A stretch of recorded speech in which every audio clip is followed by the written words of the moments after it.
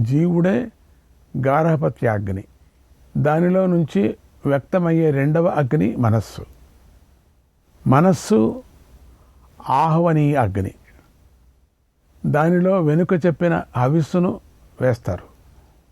దాని నుండి వాచస్పతి వేదవాక్కు కలుగుతుంది. దాన్ని మనస్సు చూస్తుంది. మనస్సు తర్వాత రూపం ఆవిర్భవిస్తుంది. అది నీలము, పీతము మొదలైన రంగులు లేనిది అవుతుంది. ఆ రూపం మనస్సు వైపు పరిగెత్తుతుంది. వాక్కు పాలిచ్చే గోవులాగా మానవులకు ఎల్లప్పుడూ ఉత్తమ రసాన్ని కురిపిస్తూ కావలసిన పదార్థాలను లభింపజేస్తూ ఉంటుంది. పరబ్రహ్మను ప్రతిపాదించే ఉపనిషద్ వాక్కు శాశ్వత బ్రహ్మను బోధిస్తుంది. ఈ విధంగా వాగ్రూపమైన గోవు దివ్యాదివ్య ప్రభావం కలదిగా ఉంది. వాక్కు రెండు విధాలుగా ఉంది. ఒకటి ఘోషిణి, రెండు అఘోషిణి. ఘోషిణి అంటే స్పష్టంగా వినిపిస్తుంది. అఘోషిణి అంటే అన్ని స్థితుల్లోనూ కూడా ఉంటుంది. మొదటి రూపంలోని వాక్కుకు ప్రాణశక్తి కావాలి. రెండవ రూపంలోని వాక్కుకు ప్రాణశక్తి అవసరం లేదు. అది సహజంగానే పలుకబడుతుంది కూడా. ఇలా రెండు సూక్ష్మమై ఉన్నాయి. అభిష్ట పదార్థాలను ఇస్తాయి. కనుక ఈ రెండిటి మధ్య తేడా ఏమిటో స్వయంగా చూడు అన్నాడు పండితుడైన ద్విజుడు. ఇది మహాయజ్ఞం. శరీరమే మహాయజ్ఞం. అంటే శరీరానికి ఎంత ఒక హోమకుండం, ఎంత పెద్ద హోమకుండం ఇది. అగ్ని జ్వాలాకుండం. ఎంత అద్భుతంగా చెప్పుకొచ్చారు. శ్రీకృష్ణాయ పరమాత్మనే నమః. 22వ అధ్యాయం. మనస్సు ఇంద్రియాలతో ఇలా అంది: ఓ ఇంద్రియాలారా, నా మాట వినండి. నా సహాయం కనుక లేకపోతే ముక్కు వాసన చూడలేదు, నాలుక రుచిని తెలుసుకోలేదు, కన్నులు రూపాన్ని గ్రహించలేవు, చర్మానికి స్పర్శ తెలియదు, చెవికి నేను లేకపోతే శబ్దమే తెలియదు. కాబట్టి అన్ని ఇంద్రియాల కంటే నేనే సనాతనమైన దానిని, శ్రేష్టమైన దానిని. నేను లేకపోతే ఇంద్రియాలు శూన్యగ్రహాలలాగా అయిపోతాయి. మంటలు చల్లారిన అగ్నుల్లాగా ఎప్పుడూ ప్రకాశించవు. ప్రపంచంలోని సమస్త జీవులు ప్రయత్నం చేస్తూ కూడా తడిసిన ఎండు పుల్లల్లాగా విషయాలను అనుభవించలేవు అని మనస్సు అంది. అప్పుడు ఇంద్రియాలు మనస్సుతో ఇలా అన్నాయి: ఓ మనసా, నువ్వు మా సహాయం లేకుండానే గంధము మొదలైన విషయాలను అనుభవిస్తే మేము నీ మాట నిజం అని ఒప్పుకుంటాం. మేము లయమైపోయిన తర్వాత కూడా నువ్వు తృప్తిగా ఉంటే, జీవితాన్ని భరించగలిగితే, నువ్వు అన్ని భోగాలను అనుభవించగలిగితే నువ్వు చెప్పింది నిజమవుతుంది. నీ వంటి బలవంతులకు నియమాలనే బంధనాలు ఉండవు కదా. నియమాలు అనేటువంటి బంధనాలు. బలం లేని వారికి మాత్రమే నియమాలు ఉంటాయి. నువ్వు కొత్త విధానంలో కొత్త భాగాలను అనుభవించు.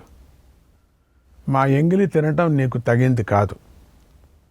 శిష్యుడు వేదార్థం తెలుసుకోవటానికి గురువు వద్దకు వెళతాడు. ఆయన వద్ద వేదార్థాన్ని నేర్చుకొని తాను దానిని స్వయంగా చింతన చేసి అనుభవంలోకి తెచ్చుకుంటాడు.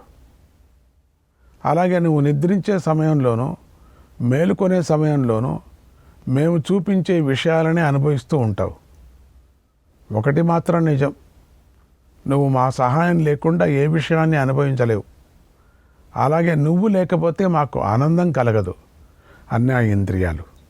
శ్రీకృష్ణాయ పరమాత్మనే నమః. బాగుంది సంవాదం. 23వ అధ్యాయం. బ్రాహ్మణుడు తన భార్యకి ఇలా అని చెప్పాడు: కళ్యాణి, ప్రాణం, అపానం, ఉదానం, సమానం, వ్యానం అనేవి 5 పంచహోతలు.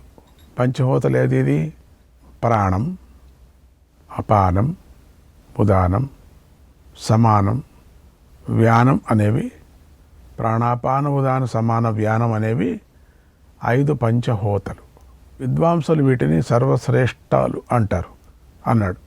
అప్పుడు విప్రశ్రీ ఇలా అడిగింది, ఓ నాథ, పంచభూతుల శ్రేష్టత గురించి చెప్పండి అని కోరింది. ద్విజుడు ఇలా చెప్పాడు, ఓ కళ్యాణి, వాయువు ప్రాణంతో పుష్టిని పొందగా అపాన రూపాన్ని పొందుతుంది. అపానంతో పుష్టి పొందగా వ్యాన రూపాన్ని పొందుతుంది. వ్యానంతో పుష్టిని పొందగా ఉదాన రూపాన్ని పొందుతుంది. ఉదానంతో పుష్టిని పొందగా సమాన రూపాన్ని పొందుతుంది. పూర్వం ఒకనాడు ఈ పంచవాయువులు తమకంటే ముందుగా పుట్టిన పితామహుణ్ణి ఇలా ప్రశ్నించాయి, ఓ దేవా, మాలో శ్రేష్టమైన వాడి పేరు చెప్పండి, అతడే మాలో బలవంతుడు అవుతాడా అన్నాయి. అప్పుడు బ్రహ్మదేవుడు ఇలా చెప్తున్నాడు, ఓ పంచమహా వాయువులారా, మీరు ప్రాణధారులు, శరీరంలో ఉంటారు. అలా ఉండే మీలో ఎవరు లయమైతే సర్వప్రాణాలు లీనమవుతాయో, ఏది సంచరిస్తే అన్ని సంచరిస్తాయో అదే శ్రేష్టమైనది అవుతుంది. నిజానికి మీరు 5 ఒకే వాయు రూపం కలవారు కనుక నిజానికి మీరందరూ గొప్పవారే, లేదా మీలో ఎవరు కూడా శ్రేష్ఠులు కారు. మీ అందరి ధారణ రూపమైన ధర్మం పరస్పరం ఒకదాని మీద మరొకటి ఆధారపడి ఉంటుంది. మీరందరూ మీ మీ స్థానాల్లో శ్రేష్ఠులై ఉన్నారు. అందరి ధర్మం ఒకదానినొకటి ఆశ్రయించుకొనుంది కనుక ఉన్నది ఒకే వాయువు. అదే స్థిర రూపంతోనూ అస్థిర రూపంతోనూ విరాజిల్లుతోంది. విశేష భేదాలతో అది 5 వాయువులుగా అవుతోంది. అలాగే ఒకటే అయిన నా ఆత్మ అనేక రూపాలతో వృద్ధి చెందుతోంది. మీకు మేలు కలుగుగాక. మీరు క్షేమంగా వెళ్ళండి. పరస్పరం మేలు కోరుకుంటూ ఉండండి. పరస్పరం సహాయం చేసుకుంటూ ఒకరిని ఒకరు ధరిస్తూ ఉండండి అని బ్రహ్మదేవుడు పంచప్రాణాలకు చెప్పి పంపాడు అన్నాడు ద్విజుడు. శ్రీకృష్ణాయ పరమాత్మనే నమః. 24వ అధ్యాయం. ఇందులో జీవుడి పుట్టుకకు గల కారణం చెప్పబడింది. ఈ విషయాన్ని మనం వెనకాల ఓపారి చెప్పుకున్నాం. శ్రీకృష్ణాయ పరమాత్మనే నమః. 25వ అధ్యాయం. విప్రుడు తన భార్యకి ఇలా చెప్తున్నాడు, కళ్యాణి, సాధనం, కర్మ, కర్త, మోక్షం అనేవి 4 హోతలు. ఆ నలుగురి చేత ఈ జగత్తంతా నిండుంది. వీటికి గల కారణాలను యుక్తితో నిర్ణయిస్తారు. ముక్కు, నాలుక, కన్ను, చర్మము, చెవి, మనస్సు, బుద్ధి అనే 7 కారణరూపమైనటువంటి హేతువులు గుణమయాలై ఉన్నాయి. అంటే గంధము, రసము, రూపము, శబ్దం, స్పర్శ మననం చేయదగింది, తెలుసుకోదగినది అనేటువంటి 7 విషయాలు కర్మరూపమైన హేతువులు. వాసన చూసేవాడు, తినేవాడు, చూసేవాడు, వినేవాడు, మననం చేసేవాడు, నిశ్చయాత్మక బోధ పొందేవాడు అనేటువంటి ఈ 7 కర్తరూపమైన హేతువులు. ఈ ప్రాణాదులైనటువంటి ఇంద్రియాలు గుణవంతాలు కాబట్టి తమ తమ శుభాశుభాలైన విషయరూప గుణాలను అనుభవిస్తాయి. నేను నిర్గుణుడును, అనంతుడును, వీటితో నాకు ఎలాంటి సంబంధము లేదు అని తెలుసుకున్న తర్వాత ఘ్రాణము మొదలైన ఈ 7 మోక్షహేతువులైపోతాయి. అజ్ఞానైన వాడు ఆహారం తినేటప్పుడు వాటి యందు మమకారం కలిగి ఉంటాడు. అదేవిధంగా తన కోసమే వండుకునేవాడు మమకార దోషం చేసే పతనమైపోతాడు. అతడు తినటంతో అన్నాన్ని హత్య చేస్తాడు.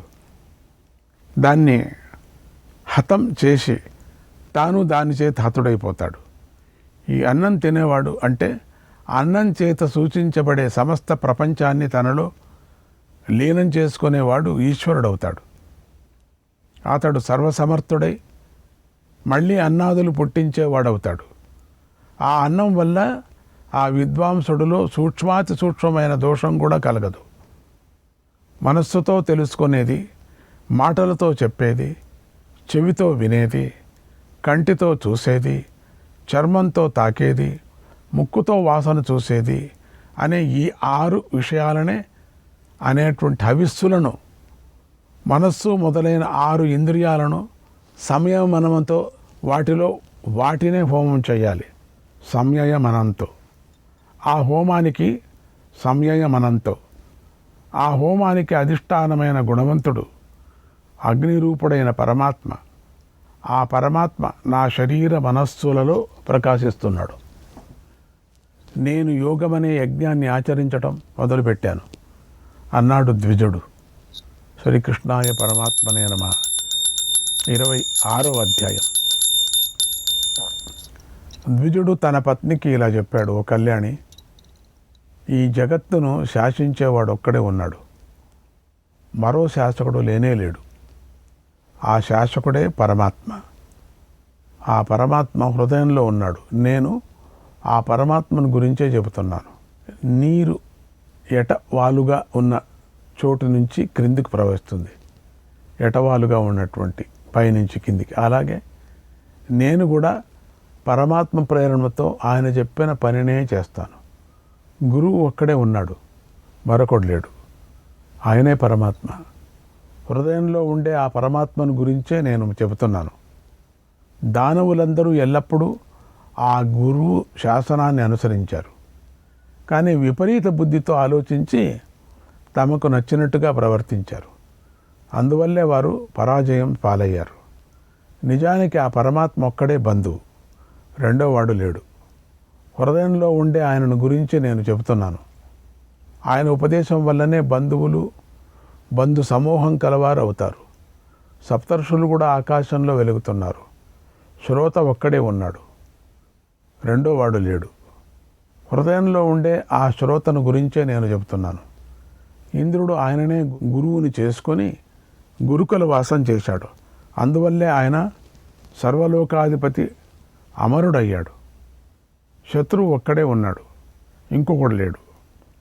హృదయంలో ఉండే ఆ పరమాత్మనే నేను గురువు అని చెబుతున్నాను. గురువైన ఆయన ప్రేరణతోనే ప్రపంచంలోని సర్పాలన్నీ ద్వేషంతో ఉంటున్నాయి. పూర్వం సర్పాలకు, దేవతలకు, ఋషులకు బ్రహ్మదేవుడితో ఒక సంవాదం జరిగింది. దాన్ని అందరూ ఉదాహరణంగా చెబుతూ ఉంటారు. దాన్ని నీకు ఇప్పుడు చెబుతున్నాను విను. ఒకనాడు దేవతలు, ఋషులు, సర్పాలు, అసురులు ప్రజాపతిని సేవిస్తూ ఇలా అన్నారు: ఓ దేవా, మాకు మేలు చేసేదాన్ని చెప్పు అని అడిగారు. అప్పుడు బ్రహ్మదేవుడు పరబ్రహ్మ రూపమైనది, ఏకాక్షరమైనదైనటువంటి ఓంకారాన్ని పలికాడు. అది విని వారందరూ తమ తమ దిక్కుల్లో ఉన్నటువంటి ఇళ్ల వైపుకు పరుగులు తీశారు. ఆ తర్వాత తమకు ప్రజాపతి ఉపదేశించిన దానిని వారందరూ తలొక రీతిగా అర్థం చేసుకున్నారు. వారిలో మొదట ద్వేషం స్వభావం గల పాములకు కాటు వేయాలనే భావం మనస్సులో కలిగింది. అసురులకు కపటం మోసం చేయాలి అనే భావం కలిగింది. దేవతలకు దానం చేయాలి అనేటువంటి భావం కలిగింది. మహర్షులకు ఇంద్రియ నిగ్రహం కలిగి ఉండాలి అనే భావం కలిగింది. ఇలా సర్పాలు, దేవతలు, ఋషులు, దానవులందరూ కూడా ఒకే గురువు వద్దకు వెళ్ళారు. గురువు ఒకే శబ్దాన్ని ఉపదేశించాడు. అయితే వారి బుద్ధులలో ఇలా సంస్కారం కలిగింది. వారి మనస్సులలో ఇలా భిన్న భిన్నమైన భావాలు కలిగాయి. శ్రోతలు గురువు చేసే ఉపదేశాన్ని వింటారు, దానినే భిన్న భిన్నంగా గ్రహిస్తారు. కనుక ప్రశ్న వేసే శిష్యుడికి అంతర్యామిని మించిన వేరే గురువు లేడు. మొదట ఆయన కర్మను చెయ్యమని చెబుతాడు. ఆ తర్వాత జీవుడు ఆ కర్మను చేయటానికి పూనుకుంటాడు. ఇలా హృదయంలో వ్యక్తమయ్యే పరమాత్మయే గురువు. జ్ఞాని, శ్రోత, ద్వేషించేవాడు కూడా అవుతాడు. లోకంలో పాపాలు చేస్తూ తిరిగేవాడు పాపాత్ముడు అవుతాడు. పుణ్యకర్మలు చేస్తూ సంచరించేవాడు పుణ్యాత్ముడు అవుతాడు. ఇష్టం వచ్చినట్లుగా ఇంద్రియ సుఖాలతో ఆసక్తుడై ఉన్నవాడు కామాచారి అవుతాడు. ఇంద్రియ జయంలో ఎప్పుడూ ఆసక్తుడైన వాడు బ్రహ్మచారి అవుతాడు. వ్రతాలను, కర్మకాండను వదలి కేవలం బ్రహ్మభావనలో ఉండేవాడు బ్రహ్మరూపుడై ప్రపంచంలో సంచరిస్తాడు. ఆయనయే ముఖ్యుడైన బ్రహ్మచారి. ఆయనకు బ్రహ్మమే సమిధులు, బ్రహ్మమే అగ్ని అవుతుంది. ఆయన బ్రహ్మ నుండే పుడతాడు. బ్రహ్మమే ఆయనకు జలం అవుతుంది. బ్రహ్మమే గురువు అవుతుంది. ఆయన చిత్తవృత్తులు ఎప్పుడూ బ్రహ్మలో లీనమవుతాయి. దీనినే విద్వాంసులు సూక్ష్మ బ్రహ్మచర్యం అని చెప్పారు. తత్వోపదేశాన్ని పొందిన ఆత్మజ్ఞానులు ఈ బ్రహ్మచర్య స్వరూపం తెలుసుకొని ఎప్పుడూ ఆచరిస్తూ ఉంటారు అన్నాడు ద్విజుడు. శ్రీకృష్ణాయ పరమాత్మనే నమః. 27వ అధ్యాయం. ద్విజుడు తన పత్నికి ఇలా చెప్తున్నాడు. కళ్యాణి, సంసారం మహాదుర్గమైనది. దానిలో సంకల్పాలు అడవి దోమల వంటివి, శోకహర్షాలు అనేవి చలి వేడి వంటివి, మోహం చీకటి వంటిది, లోభవ్యాధులు సర్పాల వంటివి, ఇంద్రియ విషయాలు మార్గాలై ఉన్నాయి, కామక్రోధాలు శత్రువులై ఉన్నాయి. దానిలో ఒంటరిగా ప్రయాణం చేయాలి. నేను అలాంటి దుర్గమమైన మార్గాన్ని దాటేశాను.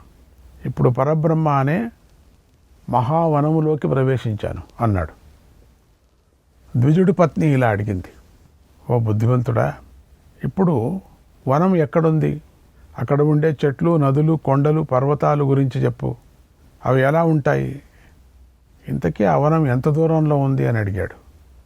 విప్రుడు ఇలా చెప్పాడు. కళ్యాణి, ఆ వనంలో ఎలాంటి భేదము లేదు, అభేదము లేదు. అది రెండింటికి అతీతమైనది. అక్కడ లౌకిక సుఖదుఖాలు ఉండవు. దానికంటే చాలా చిన్నది కానీ చాలా పెద్దది కానీ దాంతో సమానమైనది ఇంకొక సుఖం లేదు. ఆ వనంలో ప్రవేశించిన తర్వాత ద్విజులు సంతోషం కలగదు, ద్విజులకు శోకము కలుగదు. వారెవరికీ భయపడరు, వారికి ఎవరూ భయపడరు. ఆ వనంలో 7 పెద్ద చెట్లున్నాయి. వాటికి 7 ఫలాలు ఉన్నాయి. ఆ ఫలాలను 7 అతిథులు అనుభవిస్తున్నారు. అక్కడ 7 ఆశ్రమాలు ఉన్నాయి, 7 సమాధులు ఉన్నాయి, 7 దీక్షలు ఉన్నాయి. ఇది ఆ అడవి యొక్క రూపం. అక్కడి చెట్లు 5 రంగుల గల దివ్యమైన పూలను, పండ్లను సృష్టిస్తూ ఉంటాయి. అవి ఆ వనాన్ని అన్ని వైపుల నుంచి వ్యాపించున్నాయి. అక్కడ ఇంకొక రకమైన వృక్షాలు 2 రంగులు గల పూలను, పండ్లను సృష్టిస్తూ ఉన్నాయి. అవి కూడా ఆ వనం అంతా వ్యాపించి ఉన్నాయి. అక్కడి వృక్షాలు సువాసన గల 2 రంగుల పుష్పాలను, ఫలాలను సృష్టిస్తున్నాయి. అవి వనాన్ని వ్యాపించున్నాయి. అక్కడి చెట్లు సువాసన కలివి, ఒకే రంగు గల పూలను, పండ్లను సృష్టిస్తూ అవి అంతటా వ్యాపించున్నాయి. అక్కడ 2 మహావృక్షాలు అనేకమైన అవ్యక్తవర్ణం గల పూలను, పండ్లను ఇస్తూ ఆ వనాన్ని వ్యాపించున్నాయి. ఆ వనంలో ఒకే ఒక అగ్ని ఉంది. అక్కడ జీవుడు, శుద్ధచిత్తుడైన ద్విజుడు, 5 ఇంద్రియాలు సమిధులుగా ఉన్నాయి. వాటి వల్ల కలిగే మోక్షం 7 విధాలుగా ఉంది. ఆ యజ్ఞ దీక్షకు ఫలం తప్పకుండా కలుగుతుంది. గుణాలే అతిథులు, సప్తాతిథులే ఫలభోక్తులు అవుతున్నారు. ఈ యజ్ఞంలో అతిథులు మహర్షులు. వారు ఆతిథ్యం స్వీకరిస్తారు. పూజను స్వీకరించిన వెంటనే లయమైపోతారు. తర్వాత బ్రహ్మరూపమైన ఆ వనం విలక్షణ రూపంలో ప్రకాశిస్తుంది. దానిలో ప్రజారూపమైన వృక్షం విలసిల్లుతుంది. దానికి మోక్షరూప ఫలాలు కలుగుతాయి. శాంతిమయమైన ఛాయ వ్యాపిస్తుంది. జ్ఞానం ఆశ్రయస్థానమై ఉంది. తృప్తి నీరుగా ఉంది. ఆ వనంలో ఆత్మరూపమైన సూర్యకాంతి వ్యాపిస్తుంది. శ్రీకృష్ణాయ పరమాత్మనే నమః.